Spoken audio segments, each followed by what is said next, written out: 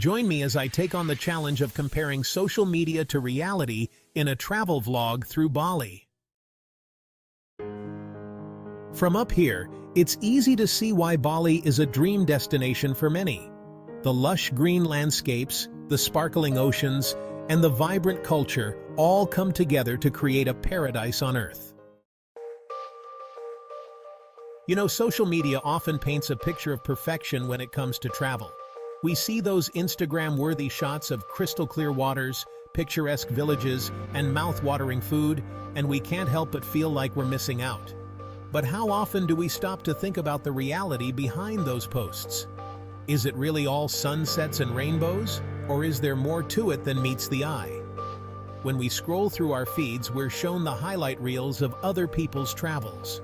We see the villas with private pools, the colorful markets, and the stunning beaches.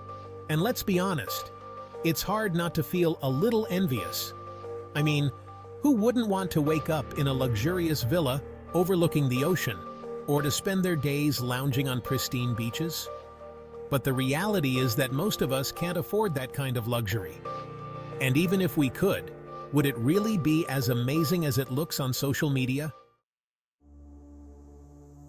Take, for example, the famous Uluwatu Temple. On Instagram, it looks like a stunning cliffside oasis with breathtaking views of the ocean.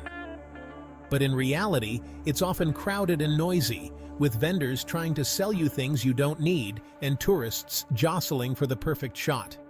Or how about those romantic dinner dates on the beach? They might look adorable on social media, but in reality, the wind might be blowing, the sand might be everywhere, and the food might not even be that great.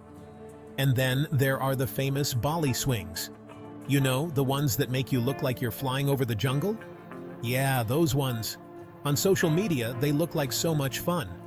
But in reality, you have to wait in line for hours, deal with the sweltering heat, and hope that the photographer gets a good shot. And let's not even get started on the safety concerns. Are these experiences really worth the gram, or are we just doing it for the likes?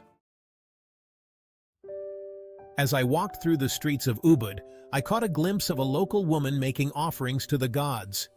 It was a beautiful, intimate moment, and I felt privileged to have witnessed it. But as I looked around, I saw tourists snapping pictures left and right, completely disrupting the woman's peaceful moment.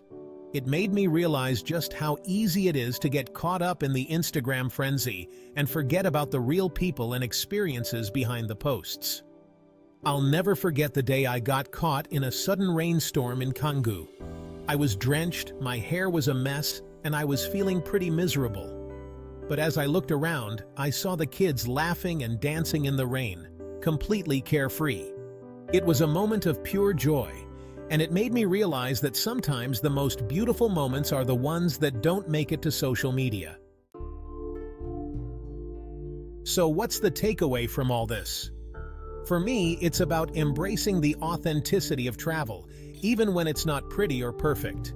It's about seeking out real connections with the people and places we encounter, rather than just chasing the gram.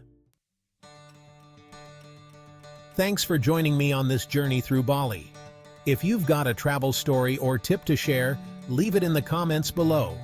And if you're new here, consider subscribing for more travel adventures and behind-the-scenes fun.